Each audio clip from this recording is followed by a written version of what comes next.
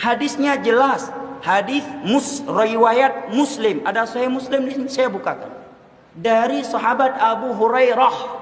Jelas, gamblang, tegas bunyi hadisnya. Bagaimana bunyinya? Ma asfala minal ka'baini fa finnar.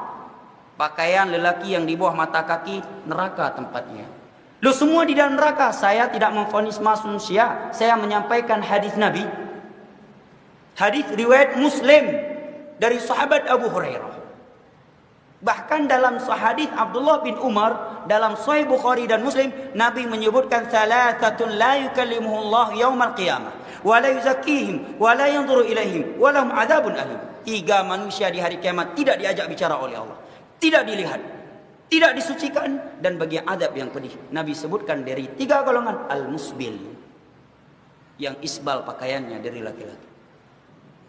Nabi nggak merinci, kalau nggak sombong nggak apa-apa, umum bunyinya, ya kan?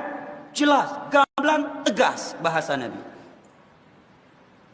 Bahkan di sana ada riwayat dari Tirmidzi, dalam Sunan Tirmidzi dan Abu Daud, bunyinya fa innal isbala minal makhilah. Sesungguhnya isbal itu sendiri adalah bentuk kesombongan, kata Nabi. Nggak apa-apa kalau nggak sombong. Kenapa? Karena dia isbal. Ya. Akhirnya cari-cari dalil, dapat hadis Abu Bakar bahwa Nabi menyatakan ketika Abu Bakar, ya Rasulullah, ya sarungku isbal. Nabi menyatakan, kamu bukan orang yang termasuk orang yang sombong. Masya Allah. Padahal kalau jujur disampaikan hadisnya, bunyi hadisnya jelas. Abu Bakar menyatakan, ya Rasulullah, ini teks hadisnya. Ya Rasulullah, inna izari yastarkhi. Itu bunyi hadisnya. Wahai Rasulullah, sarungku melorot. Apa arti melorot? Berarti apa? Sebelumnya di atas apa di bawah? Di atas. Kalau di bawah naik namanya, bukan melorot. Ya kan? Inna izari yastarkhi. Sarungku ya Rasulullah melorot.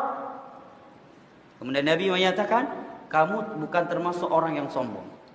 Apa yang kita pahami berarti dari hadis itu? Kalau kita ikhlas mencari kebenaran ketika mendengar hadis ini, bukan ingin kita paksa hadis ikut hawa nafsu kita. Kalau jujur, semua orang bisa berkata bahwa Abu Bakar sarungnya isbal karena melorot, menunjukkan tidak sengaja, ya kan?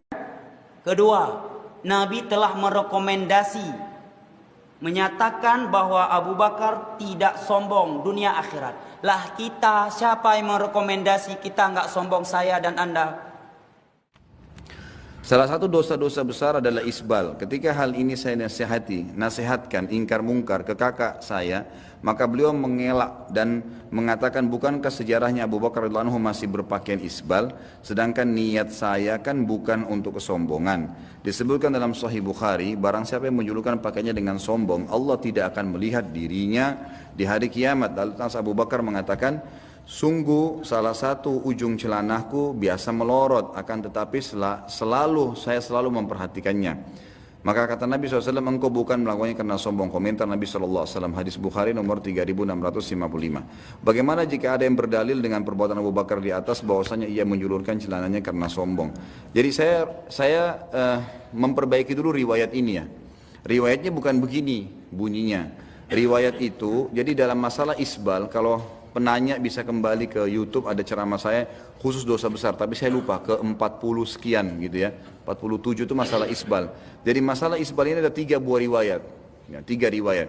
Riwayat yang pertama yang menyebutkan tentang, dan ini masih dipersisikan ulama, ada yang mendhaifkan, ada yang menghasankan, tentang teguran Nabi SAW kepada sahabat yang mata kakinya tertutup waktu sholat gitu kan. Tapi ada yang mendhaifkan, ada yang menghasankan. Kalau kita ambil riwayat ini dihasankan, maka kata para ulama, orang kalau sholat mata kakinya nggak boleh tertutup, berarti sholatnya bisa batal. Karena sahabat itu sholat, lalu Nabi SAW habis salam mengatakan, kembali wudhu dan sholatlah. Dia tidak bertanya, dia pergi langsung wudhu dan sholat. Lalu Nabi SAW waktu dia selesai sholat mengatakan, kembali wudhu dan sholatlah, sampai 3 kali.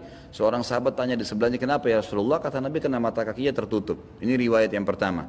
Kalau kita ambil derajat yang dihasankan oleh para ulama, berarti sholat sudah jelas tidak boleh. Dan ini lebih umum, jumhur ulama berpegang pada kehasanan riwayat ini. Riwayat yang kedua adalah riwayat yang disebutkan di sini, tapi bunyi hadisnya begini.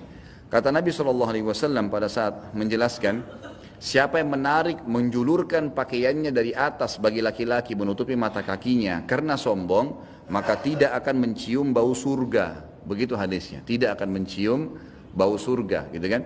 Maka hadis ini ya menjelaskan tentang semua yang sengaja menarik menutup mata kaki itu tidak akan mencium bau surga. Riwayat yang lain, Abu Hurairah menambahkan riwayat di sini mengatakan ada tambahan semua yang dibawa mata kaki di neraka, gitu kan?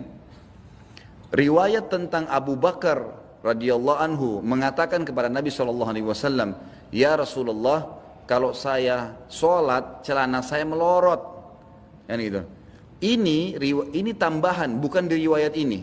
Dia ikut dengan riwayat yang pertama yang dihasankan tadi. Waktu Nabi SAW menegur orang yang sholat melorot celananya itu, sempat menutup mata kakinya, sempat Abu Bakar mengatakannya, Rasulullah, saya kalau sholat celana saya melorot, gitu kan? Turun, karena Abu Bakar radhiyallahu anhu orangnya kurus sekali, gitu kan? Orangnya sangat kurus radhiyallahu anhu. Maka beliau mengatakan, saya kalau sholat celana saya suka melorot, kecuali illa an ata'ahadahu, kecuali saya tahan dengan tangan saya, baru nggak melorot. Maka kata Nabi SAW, kau tidak termasuk orang itu, gitu kan? Karena kenapa? Bukan karena Abu Bakarnya, tapi karena memang dia pakai apapun melorot karena kurusnya, gitu kan? Abu Bakar itu cirinya disebutkan dalam ciri beliau, ini bukan kekurangannya, tapi ciri beliau kalau ditiup angin terdorong. Tapi keyakinannya luar biasa, gitu kan? Itu bukan jadi tolak ukur. Jadi karena biasa orang kalau kurus sekali, diikat bagaimanapun melorot lagi, diperbaikin lagi. Itu sebabnya. Jadi ada faktor sebab, maka tidak apa-apa. Ini hadis kedua.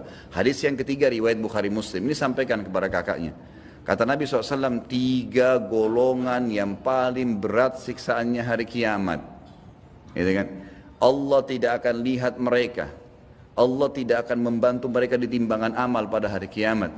Dan Allah siapkan azab yang pedih. Pertama, musbil. Ini global, semua yang tutup mata kakinya. Sombong atau tidak, sholat atau tidak, ini hadisnya. Ini hadis yang ketiga. Kemudian yang kedua, mannan, yang nyebut-nyebutin kebaikannya. Yang ketiga, orang-orang yang menjual, ya, baik sil'atahu bihalifil kadhib, menjual dagangannya dengan sumpah palsu, sumpah dusta. Hadis yang ketiga riwayat Bukhari Muslim ini menjelaskan isbal itu ada sebab sombong atau tidak tetap dilarang, gitu kan? Tetap dilarang. Dan saya sudah pernah jelaskan di dalam ceramah itu, saya jelaskan ada apa sebenarnya dengan isbal. Kenapa isbal ini dipermasalahkan? Coba ikhwan. Kenapa sih kalau celana itu dinaikkan sedikit di mata kaki? Ada orang bilang jelek, ya, jingkrang lah, apalah, ketinggalan lah, kolot lah dan seterusnya. Itu karena naik sedikit, ya, ini mata kaki sedikit naik. Yang anehnya, gitu kan, ada orang-orang lebih tinggi dianggap modern, celana puntung tuh. Lebih tinggi bukan? Lebih tinggi, kok itu nggak dipermasalahkan tuh? Ini cuma naik sedikit masalah, lebih tinggi kok jadi modern, dari mana nih? Ada yang lebih hebat, di atas lagi, setengah paha kelihatan. Ini nggak dimasalahkan, dianggap hebat. Bagaimana nih? Ini persepsinya dari mana nih? Pemahamannya dari mana? Jadi yang menganggap itu buruk atau tidak, itu sebenarnya persepsi dia sendiri. Karena memang kita sendiri tanamkan itu. Kenapa orang kalau pakai jas percaya diri, persepsi dia ini keren. Kenapa ada perempuan kalau acara pengantin semua kekurangan kain, bolong depan, bolong belakang, tapi tetap jalan percaya diri. Karena persepsi dia ini keren. Mestinya akhwat kita yang pakai jilbab dan cadar, ikhwat kita juga yang sudah multazim pakai baju koko, mestinya terapkan tuh percaya dirinya.